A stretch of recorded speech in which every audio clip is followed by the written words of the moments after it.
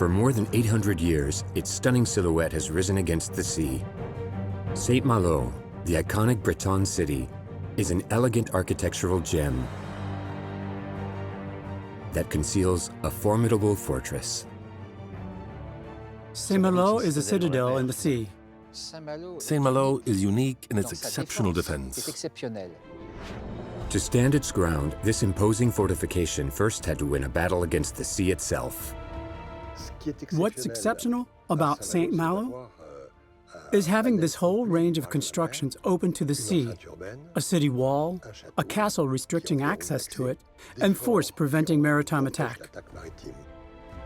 What drove the construction of such an ambitious and impenetrable defense as Saint-Malo? For the English, Saint-Malo was the first in the firing line because the channel belonged to them.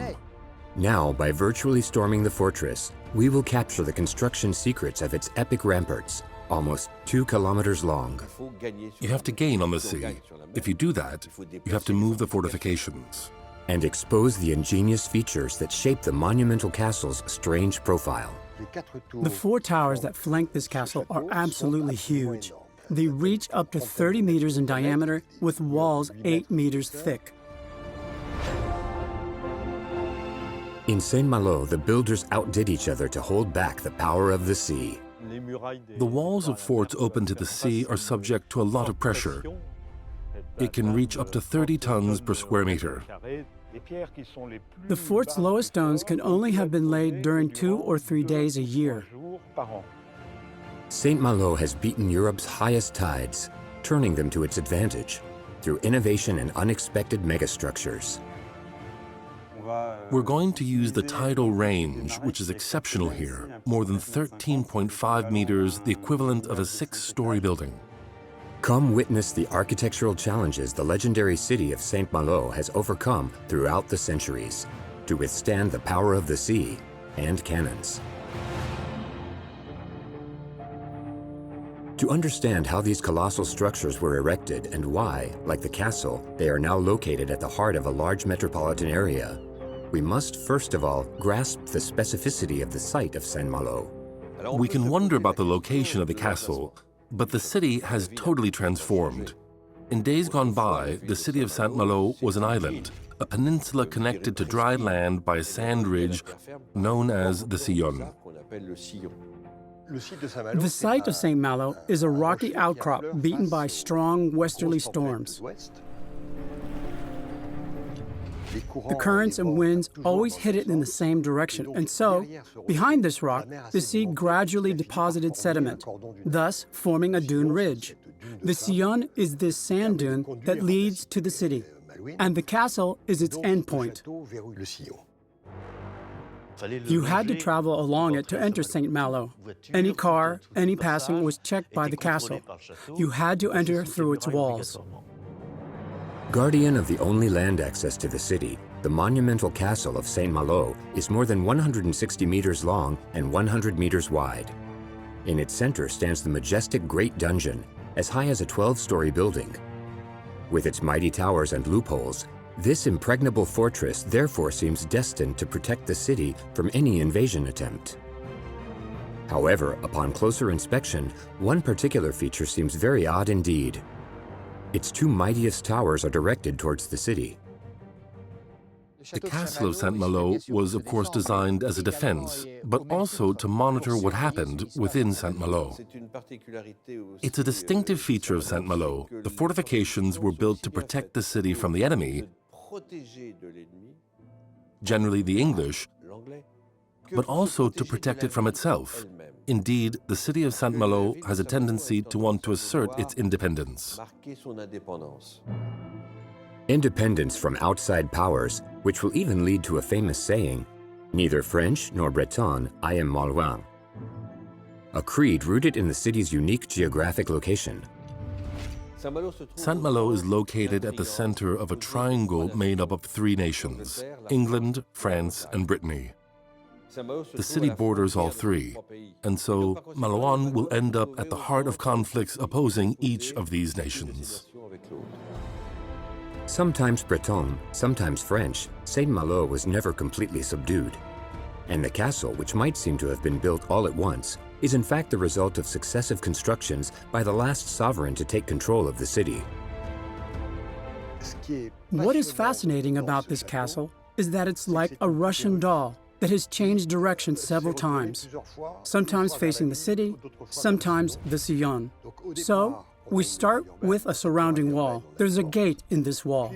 Then, the Duke comes and builds a large horseshoe dungeon. Built from 1424 onwards, this 33-meter-high Great Dungeon was the first sign of outside power over the city. With walls almost 7 meters thick in places, it was already a formidable fortress. Then, after Brittany was annexed to France, the king built 2 huge towers facing the town, one of which is known as Quiquendone Tower. It leaves no doubt as to the aggressiveness it conveys. Is anyone growling? And then, a square extension will be added to the castle, with loopholes facing the Sillon. The stakes are both defensive and political. It also confirmed that the master of the city is no longer the Lord Bishop, or even its inhabitants, but the King of France. Saint-Malo was therefore under surveillance, under house arrest, if you like. These successive constructions give the castle a unique appearance. When you see the castle as you reach Saint-Malo, it looks a little sunken. The shape of the current castle is a little odd. It seems quite low. The 4 towers that flank this castle are absolutely huge. They reach up to 30 meters in diameter, with walls 8 meters thick. They seem almost wider than they are tall, which is in fact the case for the easternmost towers. The disproportionate width of the towers, whose surface area covers the equivalent of 3 tennis courts, is even more obvious when compared to another iconic Saint-Malo construction, the slender Solidor Tower, built in the late 14th century. The Solidor Tower is a true symbol of the Middle Ages.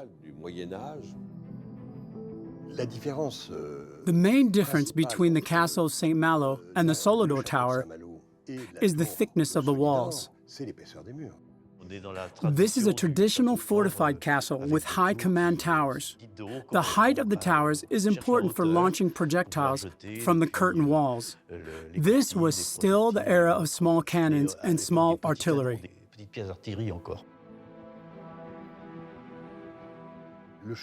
The difference between the 1360 Solidor Tower and the 16th century castle Saint-Malo can be explained by the gunpowder artillery revolution. That is to say, the arrival in the art of warfare of a cannon that fires cast iron balls and that, since it can strike the same area again and again, is capable of bringing down the strongest defensive wall. For the towers of the castle of Saint-Malo, the builders chose to make the walls disproportionately thick to withstand these cannonballs. Inside, the shooting galleries are reduced to a strict minimum, representing barely a quarter of the tower's total surface area.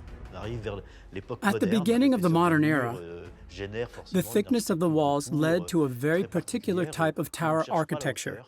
Height is no longer what matters. Instead, they had to be able to resist enemy batteries and bear increasingly heavy loads. But this defense was imperfect. As mighty as they were, these immense towers were only a temporary response to the development of artillery. What is fascinating about the castle of Saint-Malo is that it's the swan song of traditional fortification. But it's a dead end. Indefinitely increasing the thickness of the walls is not going to prevent them from being breached. Instead, it's better to use soil, which is much more elastic and able to withstand enemy projectiles. The architectural innovation devised by military engineers is the bastion. Much larger than towers, these constructions are filled with soil to absorb the power of cannonballs. Their angular shape was designed to deflect enemy fire. At the castle of Saint-Malo, this technique will be used to protect the most vulnerable wall, facing the Sillon. Yes, the so-called galley, a construction or bastion with a very tapered tip, hence the analogy with the prow of a galley. This triangular shape with only vanishing lines means that no wall is perpendicular to the firing axis. No projectile can penetrate the walls as long as they can only glance off them. With such an improvement, the castle seems perfectly protected from land-based attacks from the Sillon. There is, however, one final element in the castle's defensive arsenal, but it is nowhere to be seen. A protection provided by the sea itself and the mechanisms of which can only be understood by studying the original plans. On this plan of the castle of Saint-Malo, you can see how the fortress is entirely surrounded by water. You can also see these isolated masses of water with a system of valves. You could keep the water level high in the moat, even at low tide, since seawater filled the moat as the tide rose, and the valves then trapped the water as the tide receded. With the tides as an asset, the castle seems impregnable. But the city itself also needs to protect itself from maritime attacks. And so the builders erected what probably remains the city's most noteworthy construction, the famous ramparts of Saint-Malo. Saint-Malo is unique for its exceptional defense. Firstly, Saint-Malo can only be attacked from the sea. And once the city is reached, it's located on a rock entirely surrounded by walls and fortifications. Saint-Malo is a citadel in the sea. Almost 2 kilometers long, the ramparts are 16 meters high in places, the equivalent of a 6-story building. They feature 9 gates, including the main Great Gate, flanked by 2 monumental defense towers topped by machicolations, openings used to drop projectiles on assailants. It marks the main entrance to the port of Saint-Malo, yet as emblematic as it is, this defensive wall is far from being homogeneous. Walking around the ramparts, you notice a number of differences. They're not homogeneous. This is not a city where you see Vauban fortifications all around. Here, several eras blend together. There have always been works on the ramparts of Saint-Malo since the Middle Ages. The first perimeter of the ramparts were designed so that you couldn't stand by the walls at high tide. The city wall rested directly against the rock. In Saint-Malo, it was clear that the wall would be built against the rock for tactical reasons, like being able to fire as high as possible at the mast of approaching ships, but also for reasons of prestige. The city's silhouette was to be visible from afar, ensuring its impregnability. For centuries, this medieval defense wall deterred any invasion attempts. But like the castle, it was soon to become obsolete with the arrival of cannons. The town will have to adapt to this new form of warfare, and it's the famous Vauban, Louis XIV's Commissioner General of Fortifications, who will take on this task in 1689. Seconded by Garangeau, one of the most faithful engineers, they will deeply alter the city's defense. One major example of this adaptation is a construction known as the Cavalier. The Cavalier des Champs Vauvert is an inner bastion, a little higher than the sentry walk, as it was not possible to place artillery cannons along the ramparts, but only rampart cannons, since there wasn't enough space. What's very clever about Garangeau's design is that he uses the medieval fortification without destroying it. He couples it with new constructions that will allow the installation of very powerful batteries for long-range fire towards the harbor. He plays with what already exists in a very clever way. In some areas even more exposed to enemy ships, Vauban and Garangeau will choose to restructure the medieval ramparts to build huge cannon platforms. The Holland Bastion in particular is very efficient as it covers almost the entire entrance to Saint-Malo. These platforms, plus the parapets, are absolutely indestructible. More than 100 meters long, this colossal bastion could be armed with 20 cannons, each served by 15 men. But despite these modifications, the city wall still has weak points. First and foremost, its irregularity is a source of concern for Vauban. Before Vauban and Garangeau, Saint-Malo city wall was somewhat potato-shaped, with inward and outward angles that followed the configuration of the bedrock. When a wall has an inward angle, the enemy can concentrate his blows there. When you have a city wall with a salient angle, the part that juts out can be taken away by the enemy without the lateral parts being able to cover it properly. Hence the idea of creating an extension to turn these irregular fronts into a more regular shape. But the adaptation of the ramparts of the modern art of military defense is not the only reason for Vauban's planned extensions.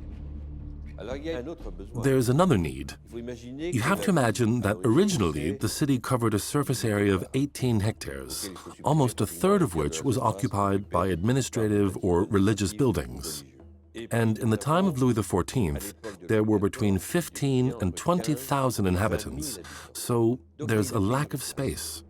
On this piece of rock, twice the size of the Place de la Concorde, the population density of the dawn of the 18th century is 5 times that of the current density of Paris. So you have to gain on the sea. If you do that, you have to move the fortifications. The project is gargantuan. In some cases, the builders will gain almost 100 meters on the strand, an area covered by the sea at high tide. But how to overcome such a challenge? How to contend with the tides? There are very large tides in Saint-Malo. The landscape changes completely between high tide and low tide. The tidal range can reach up to 13 meters during equinox tides. It's huge. Is it an advantage? A disadvantage? It's a bit of both. By working at low tide, the builders can easily gain the extra 100 meters while staying dry. They dig into the sand to reach the rock, which is much better suited to support the weight of the future ramparts. But one problem persists. How to build walls when the tide floods the site twice a day? There are 2 techniques.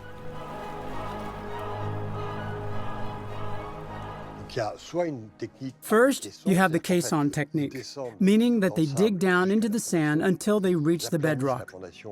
Flatten the bedrock to create a clean sole, then install 2 double sheet piles, which they fill in with clay to create 2 watertight walls, and then work in the dry. This prevents seawater from infiltrating the brickwork, stopping the lime from setting. You also have techniques that use very dry mortar, and you just have to hope that the sea won't wash it away too much before it dries. Protected by a quay, these 700 meters of new ramparts add an extra 4 hectares to the surface area of Saint-Malo, the equivalent of 5 soccer fields. But these ramparts don't solve everything, as this new surface area, promised to the city's richest population, ends up in large part below sea level. They were very smart back then.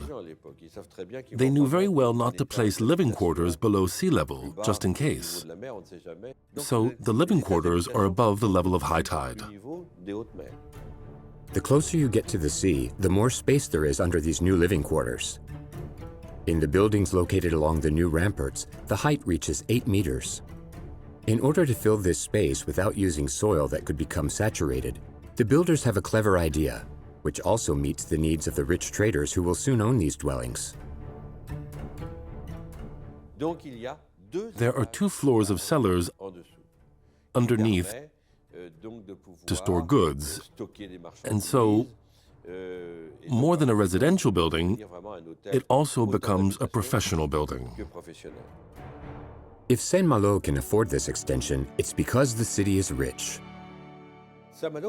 You have to understand that Saint-Malo was an extremely important city, commercially speaking. It had a very strategic location with a huge amount of traffic. Saint-Malo was home to the greatest fortunes of the time. Saint-Malo owes its fortune to its dominant class, ship owners involved in cod fishing along the banks of Newfoundland, who turned out to be formidable traders, developing their network all around the world. Saint-Malo is considered as one of the first modern capitalist centers, at least in France. And it wasn't long before it resembled major trading centers of Northern Europe, such as Amsterdam. Commercial activity will also benefit from the extension of the rampart to develop in the most unusual places. The city wall that connects the St. Vincent Gate and the Great Gate is unusual, as it is very wide and houses shops, boutiques, and dwellings. This is what's so original about this city wall. It's unique in France. This particularity shows the extraordinary density of this global city. Every square centimeter is occupied, creating a new problem to solve, that of water. A dense population at a time when water is scarce is a problem. But it's an even greater problem in Saint-Malo because there is no water source on the island. There are only two solutions: collecting water or bringing in water. And they're going to do both. They're going to collect water from the roofs using pipes that will transport the water into huge cisterns. Many Malouans don't even know these exist. In the castle, there's a cistern containing 300,000 liters of recovered rainwater. It's decanted, filtered, and renewed as soon as it rains, so this water is excellent. This cistern could contain the equivalent of 10 tanker trucks. And Malouans didn't stop there. Under the forecourt of the cathedral, they dug out a huge reservoir of similar capacity. It's 30 meters long and 6 meters wide. However, this is still not enough, and water must also be brought in from outside the city. They bring in water by unexpected means, from Saint-Servan, a small town outside Saint-Malo. There are many water sources there, and it's going to be transported in elm pipes, in wooden pipes. This buried pipe is almost 3 kilometers long. Crossing the entire port, it supplies a city teeming with unusual constructions. Urban planning wasn't what it is today. Houses used to get closer as they got higher. Like in some Italian cities, you could shake hands with the person on the top floor of the building opposite. It's the principle of medieval constructions where you gain in height and width. They built 5- and 6-story houses, which was unheard of, as very few cities, apart from Paris, were confronted with such a lack of space. Most houses had wooden frames. They were very easy to build. Stone, on the other hand, was expensive, heavy, and difficult to work with. They used wood, but also large amounts of small paned windows. This let the light in as the windows covered the facade. That is a style of architecture very specific to Saint-Malo. But these constructions made out of wood and glass have a major weakness, which Vauban, once again, won't fail to point out. Vauban's greatest fear is fire. The resources of the English Navy are considerable. They have a powerful fleet and the ability to fire flaming cannonballs. It would only take a few hours to annihilate the great port of Saint-Malo. And Saint-Malo is indeed particularly exposed as the city is located only a few dozen kilometers from a powerful enemy, England. Saint-Malo was the first in the firing line for the English. Why? Because the channel belonged to them. England, until the mid-20th century, always considered its best defense to be its fleet, and its frontier to be the enemy's coastline. Vauban's priority is to ensure that the ramparts of Saint-Malo don't come within firing range of an enemy armada. To this end, he will first be able to rely on an unexpected asset, the bay's unique topography. The Bay of Saint-Malo is characterized by the presence of many reefs that are covered at high tide and exposed at low tide, rendering navigation extremely difficult.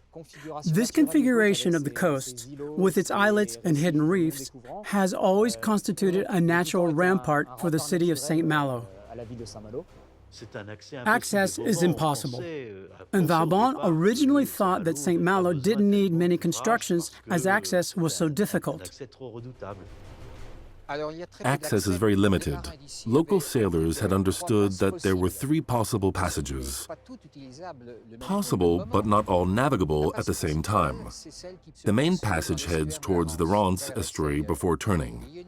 There is also an interesting passage along the coast from the Cap Fréhel. But it's very close to the coast, and that means you're within cannon range. It's also not passable at low tide because of the sandbanks. The third passage is located north of Saint-Malo. Vauban rapidly identifies this and decides, all we need to do is close off the passages to stop enemy ships from getting too close to the city. So, what's required are forts whose fires will cross in order to fend off an enemy that might approach Saint-Malo to attack it. Vauban therefore plans to build 3 forts close to Saint-Malo to cover these accesses. The harbor fort that will cut off any ship sailing along the west coast, the fort later known as National Fort, close to the castle of Saint-Malo, and the centerpiece of this whole plan, the Petit Bay Fort. On a strategic level, the Petit Bay Fort was at the junction of all 3 passages, the coastal passage, the diagonal passage, and the Conceals passage. These 3 passages converge towards the Petite Bay, and so it's easier to understand this curtain, this horse-shaped platform. In terms of strategy, you can place cannons all around. No matter where the enemy approaches from, they will end up at the foot of Petite Bay, the last rampart before Saint-Malo. This defense, designed by Vauban, drives the enemy back to a distance where they cannot reach Saint-Malo with their cannons. But at the exact same time, a new weapon enters the warfare market and changes the game. The 1690s see the development of mortar technique, a very short cannon that fires almost vertically, with a parabolic trajectory, shooting out a hollow projectile full of gunpowder. Bombs have a longer range than cannons, 2 kilometers or more, but they aren't very accurate.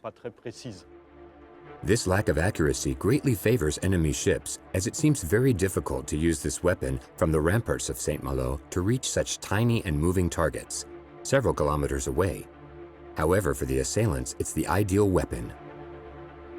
The projectile, if aimed at a city, will fall in the street and explode, setting the city on fire. These mortar bombs are obviously what people fear the most, and they explain the need to keep enemy fleets at bay, at any cost. One area off the coast of Saint-Malo is of particular concern to Vauban, the Fosse aux Normands. The Fosse aux Normands is a sandy area surrounded by rocks, where around 150 boats can drop anchor. It's huge, and the advantage is that they are out of range of the cannons of Saint-Malo. Vauban understood that this passage needed closing off, and the key is the Conceals fort. The Conceals fort is therefore the answer to the development of mortar bombs. It's a never-ending race. It's bullet versus armor. Every time the assailant develops a more efficient projectile, defenses must adapt. The defense strategy is devised, but before tackling the colossal challenges posed by such constructions, the shape of the forts must first be determined. What considerations, what principles will lead Vauban and his faithful Garangeau to design forts of such varying shapes? The shape of a fort is dictated by 2 imperatives. First, the existence of a rock, and second, the defense strategy. They are defense forts, and so they are studied to be very efficient in the best places. The National Fort is the only one to have a rectangular shape, with bastioned frontages on both seaward and landward sides. Besides, on the seaward side, there is a great foreshore, which juts out very far at low tide, and they feared an infantry attack, even from the sea. These bastions eliminate all blind spots at the foot of the ramparts in the event of a land attack. Out at sea, however, it's not the landing of troops that is of concern, but something else entirely. By contrast, at sea, what you need is to be able to follow the ship's movements in order to hit it. If you can't hit its prow, you can hit its starboard side or its stern as it passes. And so, its semicircular shapes, or fan shapes, that allow you to really follow this movement as far as possible. Curved shapes, of which the Conceals fort is the best example. And between this and the angular national fort, you have an intermediary shape, that of the Petite Bay. The Petite Bay fort has a hybrid shape. Seaward side, you have a circular battery.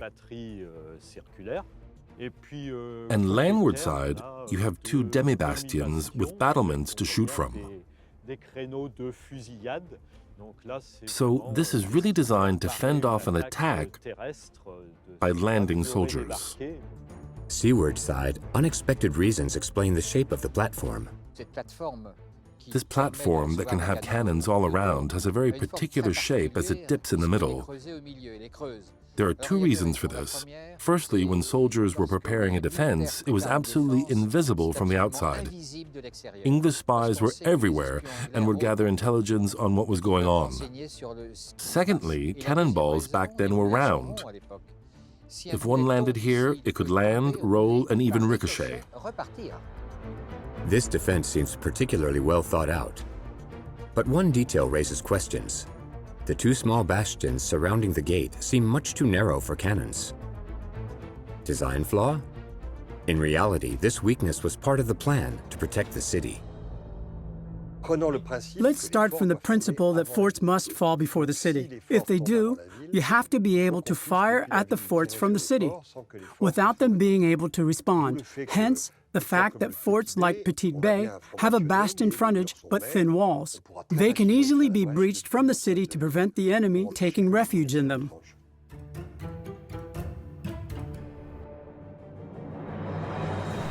What are the challenges of building such constructions, sometimes out at sea, in particular for the trickiest of them all, the Conceals fort? In order to create the fort's foundations, the rock had to be raised. Originally, this could only happen at very low tide. Laying these foundations required absolutely incredible technical achievements. As soon as they reached the high tide, they could work in the dry. But in the first few years, when they were still in the water, as soon as the tide came in, it was a huge amount of work. The fort's lowest stones can only have been laid during 2 or 3 days a year. Because these first stones were below sea level and were only exposed when the tide coefficients were very high. Once again, as for the extension of the ramparts, the local tidal range turns out to be a major asset. And the tides of the Bay of Saint-Malo are some of the strongest in Europe. The level of high tides is exceptionally high. And conversely, when the tide recedes, the receding flow of water tends to lead to extremely low tides. Without this tidal range in Saint-Malo, they wouldn't have succeeded. They would have been forced to build a much smaller fort, with foundations resting only on exposed rock, because at the time they didn't carry out underwater work like they do these days. In order to guarantee the integrity of the construction, the builders will keep a central core of rock at full height, which forms the backbone of the edifice. But even by relying on the rock as much as possible, the challenge is far from over, as the power of the sea and currents is truly colossal. The walls of forts open to the sea are subject to a lot of pressure. It can reach up to 30 tons per square meter, which is huge. Most Malouans didn't think it would hold. They knew the sea well. They knew the storms. They were convinced it wouldn't last long. To resist the elements, the walls of the Conceals fort are more than 4 meters thick at their base, gradually tapering to 2 meters at the top, guaranteeing the integrity of the edifice. The erection of these walls is also no coincidence. If possible, you should use dressed stones, large and heavy stones that require either no or very little mortar. Some weigh up to 250 or 300 kilos. You can also use bronze staples. That way, they won't move an inch. Another problem arises, the supply of stones. How to lift these colossal blocks up from the boats? especially when access is as tricky as it is for the Conche fort, which is constantly battered by violent currents. Indeed, the unloading of these blocks of stone came with a terrible loss of materials. It is estimated that about a third of the stones used for the fort unfortunately ended up in the sea. Perseverance is therefore called for, as are light and agile lifting techniques, suited to this hostile environment. And so, to lift the blocks, they installed a tread wheel crane like the ones they used in the Middle Ages. It's a huge wheel in which two men run, and the rope winds around the wheel in order to hook the block and lift it up from the deck of the boat. Despite almost vertical swells, all the way up to the fort. At the Petite Baie, the builders will also show great ingenuity to transform this supply challenge into an asset. They needed stone here for all sorts of things, so they took it from the existing rock, of course. And they took it in such a way as to create a long trench. But this trench also created a natural defense. You had to cross it. At low tide, this was very difficult. This trench creates a sort of moat to protect the fort from enemy landings at low tide. The fort's only weakness actually resides in the rock itself. These forts are built on rocks attacked by the sea, which are constantly being eroded. As an example, under this fort, you have 3 faults in the slate schist that is being washed away in slabs. And they had remedied this. On the south face of this fort, you can see a discharging arch. Why? Because a natural fault runs underneath. They succeeded everywhere they tried to build a fort, even where it was impossible. Despite these remarkable achievements, doubts persist as to the viability of the Conche fort in particular. How could such a small fort, only 65 meters long and 24 meters wide, a stationary and totally isolated target, resist enemy armadas more than 100 strong, especially as the fort only has very few loopholes? The fort was designed to house 6 cannons, but they were 48-pound cannons. Each cannon weighed 3 tons.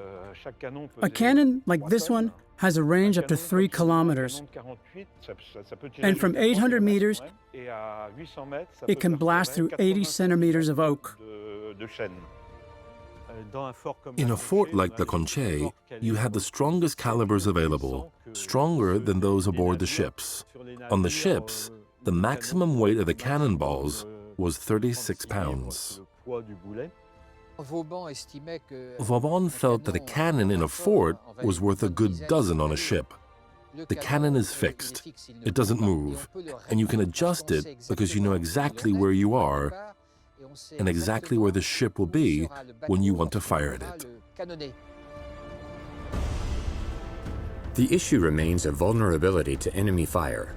To solve it, Vauban will come up with a novel solution for a fort open to the sea. One of the particularities of the Conche is its great vaulted rooms that house the 48-pound cannons. The idea is to protect these cannons from enemy fire, as well as the artillerymen. Once sheltered, there is nothing to stop the artillerymen from cannonading the enemy. The vaulted rooms also represent a huge advantage in terms of fire. The idea at the Conche was to place the cannons under the vaults in order to have a firing level barely 5 meters above sea level. If you place the cannons on the platform, you are too low to fire at the mass and too high to fire into the ribs, so you have to choose. In this case, they brought the cannons down to the bunkers in order to fire at the vessel's waterline. Nevertheless, storing such powerful cannons in such low rooms poses a problem. Back then, cannons emitted a huge amount of smoke. In this room, there were 2 cannons, and each cannon required 15 men. That's already 30 people in here. So, Vauban had to find a solution for these men not to end up in a total smokescreen. Vauban's solution was to build a large chimney above each cannon, all the way up to the rampart. These vaulted rooms are a total innovation at the time, and still today remain an achievement that never ceases to amaze. How did they manage to create vaults that follow the curve of the fort, where each stone is unique and fitted to the millimeter, on a rock in the middle of the sea? That's the genius of these builders. To have cut these stones on the mainland and only have to adjust them on site. The conceals really represents the transition from the king builder and the engineer who merely assists him to the engineer providing a complete description of the operations required before executing them in a highly standardized way to achieve technical excellence. Vauban referred to the fort as the best fortress in the kingdom, the smallest and the best understood, because it was the most difficult to build more than any other. Twice during its construction, the conceals will experience fire. In 1693, when only the foundations are laid, the English will easily seize the fort, even if they won't succeed in taking Saint-Malo. The English didn't stop there. They came back 2 years later, in 1695. Then, the forts of Saint-Malo were finished. They sailed past the Conceals fort, which remained silent at first. They entered the Bay of Saint-Malo and ended up face to face with the cannons of the Conceals fort, the Petite Bay, and the Royal Fort, the current National Fort. Their only option was to turn back. The English will make several attempts to conquer Saint-Malo during the wars under Louis XIV, not only because of its geographic proximity, but also because Malouin navigators are specialized in an activity that particularly irritates their best enemies: commerce raiding. Commerce raiding is a private warfare activity, but you don't attack just anybody. You attack the enemy's merchant ships using hired privateers. It is not to be confused with piracy. Everything is regulated. You can only attack an enemy named in a letter of marque. Letters of marque are an authorization delivered by the state, a carte blanche given to ship owners and privateer captains to plunder enemy ships without being accused of piracy. This new form of warfare, also practiced by the English, is as economic as it is military, hitting the enemy's wallet.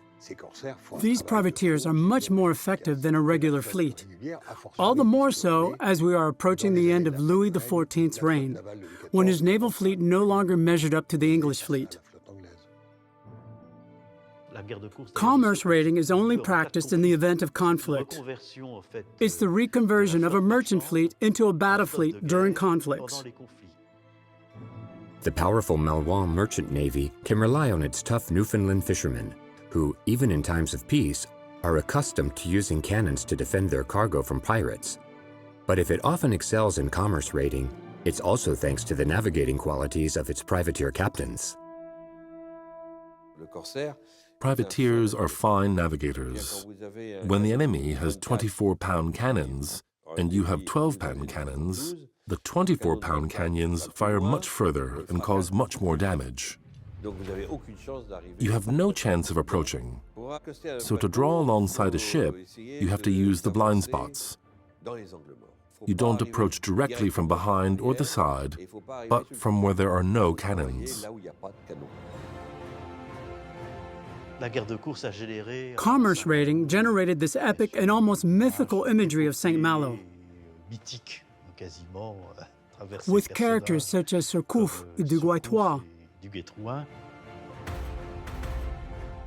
It's also marked by these images of boardings, but boardings are actually very rare. It's mostly an intimidation game. Ships confront each other, one of them surrenders, and that's it.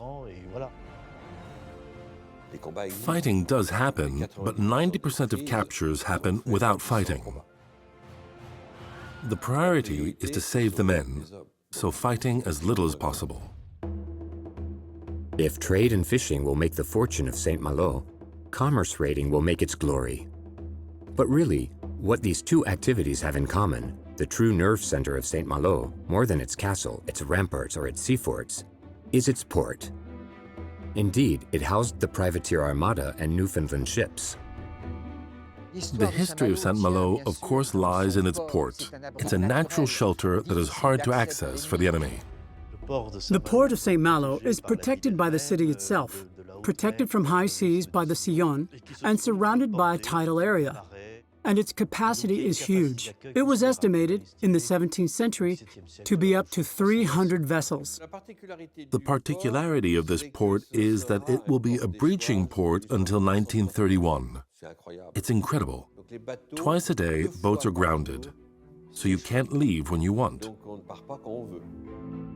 Malouins will once again take advantage of this tidal constraint.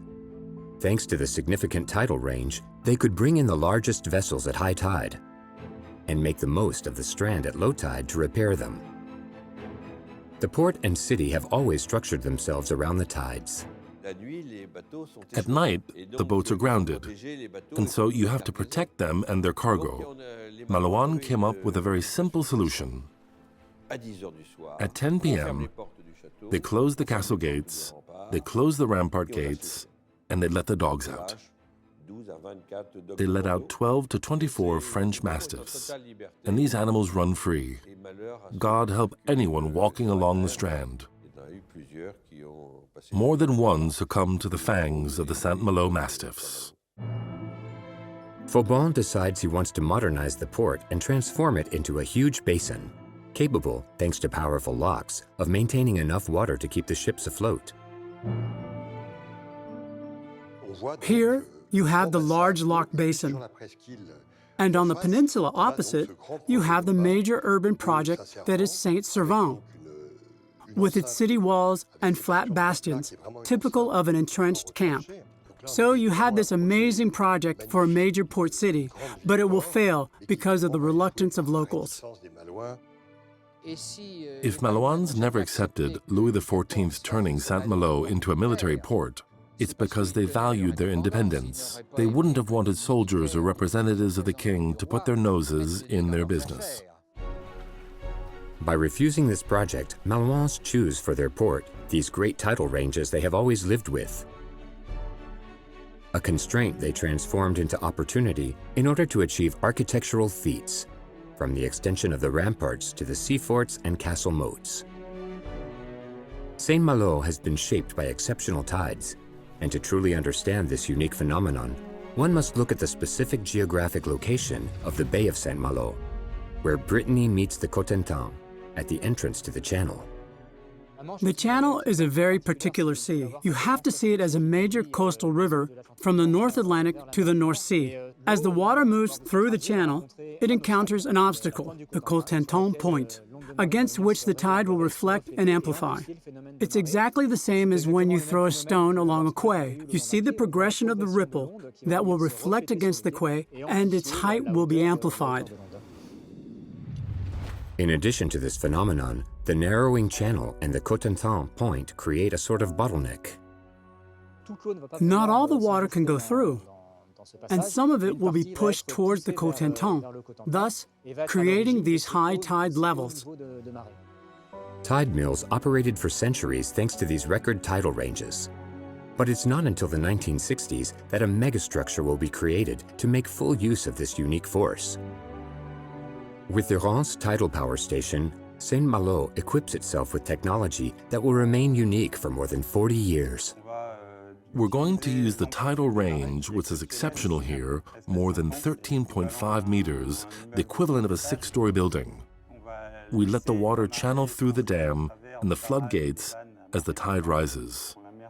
When the tide starts to recede, we close the floodgates and wait for a difference in level, and then we let the water channel through the production groups in order to allow the production of electricity. We are capable of channeling up to 15,000 cubic meters per second. That's more than a flood swollen. It really is exceptional. From the outside, no one would know that this bridge conceals a site capable of generating 12% of Brittany's electricity production, the equivalent of the consumption of a city of over 200,000 inhabitants. It's an underground power station, so you can't see the production groups. They're located almost 20 meters below the road, and the power station is 750 meters long. It's huge. It required more than 300,000 cubic meters of concrete. Twice the amount required for the Stade de France. But how to build such an edifice below sea level? The challenge, once overcome by the builders of the Saint-Malo ramparts, seems even greater. They literally have to cut off the Rance estuary. We installed floating cylindrical caissons, another major innovation in this project, in order to create a watertight area of almost 10 hectares in which to build the power station. More than 600 people were mobilized day and night for this gargantuan project. It was one of the largest in the world, and of course, in France. Unfortunately, this colossal undertaking has a high environmental cost. The power station was built by cutting off the Rance estuary for 3 years, from 1963 to 1966. And the interruption of communication between the fresh water coming from the Rance and to the seawater led to a defaunation of the entire basin. It took around 10 years for the fauna to recolonize the area and for any trace of disruption to disappear.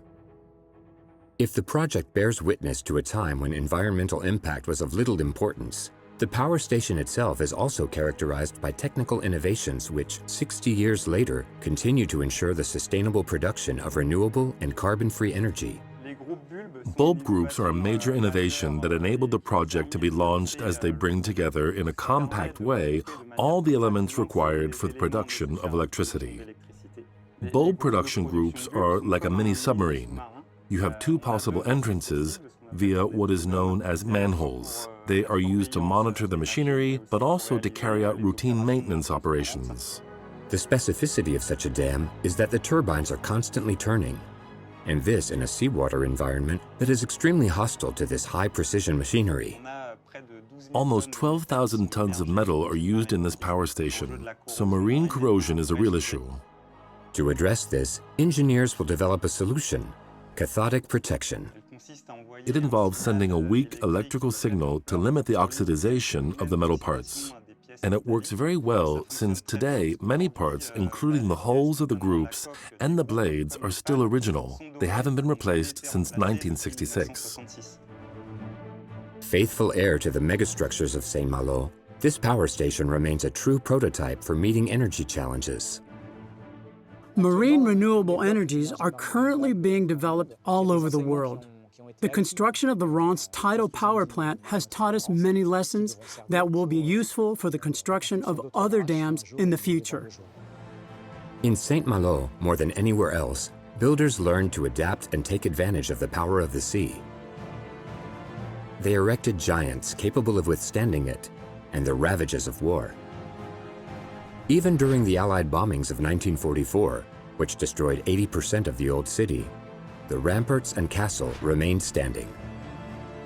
Thanks to these stone giants, Saint-Malo has been able to rise again, true to its past as an independent and unique city, always at the forefront of the elements.